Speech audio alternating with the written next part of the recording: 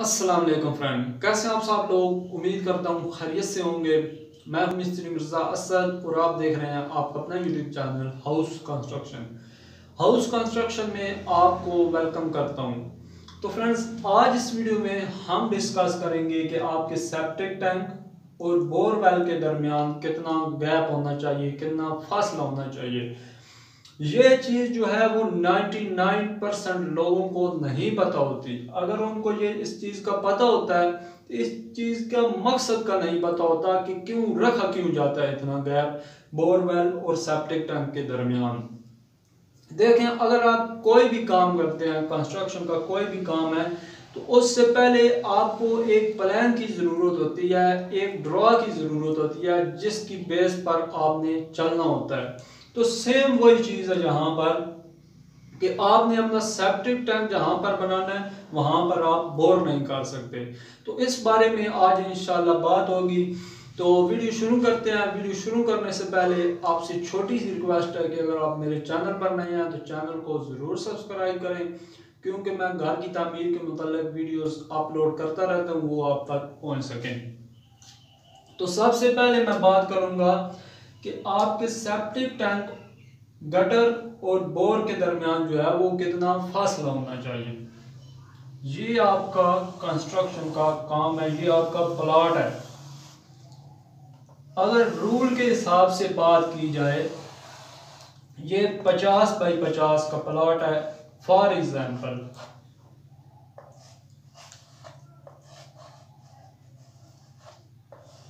अगर रूल के हिसाब से बात की जाए कि आपके सेप्टिक टैंक और बोरवेल के दरमियान कितना गैप होना चाहिए, तो यहाँ पर आपका सेप्टिक टैंक आ जाएगा और यहाँ पर आपका जो है वो बोर मोटर या कोई भी चीज़ जो है वो आप लगाते हैं।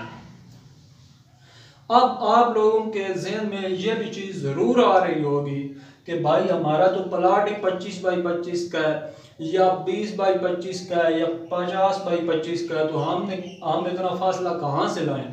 तो वो भी आपकी बात जो है वो ठीक है। इस वीडियो को बनाने का मकसद सिर्फ और सिर्फ ये था कि ताकि आपको पता चल सके जितना आप जो है वो गैप मुनासिब रख सकते हैं आप रखें। अब मैं दूसरी बात करूंगा कि इस गैप को बनाने का मकसद क्या है। चाहे आपका छोटा प्लाट है, 25 बाई 25 का प्लाट है, तो आप कोशिश करें कि आप एक कोने में जो है वो सेप्टिक टैंक बना लें, दूसरे कोने में जो है वो आप अपना बोर करा लें। लेकिन आपकी कोशिश ये होनी चाहिए कि 10 से 15 फुट जो है दोनों में गैप जरूर होना चाहिए। अगर रूल के हिसाब से बात की जाए तो तकरीबन 50 फुट जो है, अगर आपका बड़ा कोई कंस्ट्रक्शन का काम है तो तकरीबन 50 फुट फासला जो है वो आप जरूर रखें। अब मैं बात करूंगा कि ये जो फासला रखा जाता है, डिस्टेंस रखी जाती है, इसका असल मकसद क्या होता है। इसका मकसद सिर्फ और सिर्फ यही होता है कि अगर आपने फॉर एग्जांपल ये आपका प्लॉट है,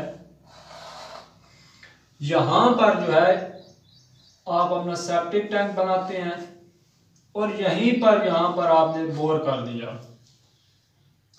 अब अगर 6 मंथ के बाद या 1 साल के बाद या 3 मंथ के बाद आपका जो सेप्टिक टैंक है वो लीक हो जाता है, तो वही आपका जो पानी या सेप्टिक टैंक का वही जो आपकी गंदगी है, वही जो आपकी सेम है, वो जहां पर आपने बोर किया होगा वो नीचे जाएगी। जब वो चीज़, वो किमियाती अमल जो है वो नीचे जाएगा और आपके बोरवेल के ज़रिए वो ऊपर आएगा। जब आप उस बोरवेल का पानी यूज़ करेंगे तो आपको जो है वो बीमारियां लग सकती हैं। खसूसन आम तौर पर जो बीमारी लगती है वो यरकान का जो है वो बंदा शिकार हो जाता है।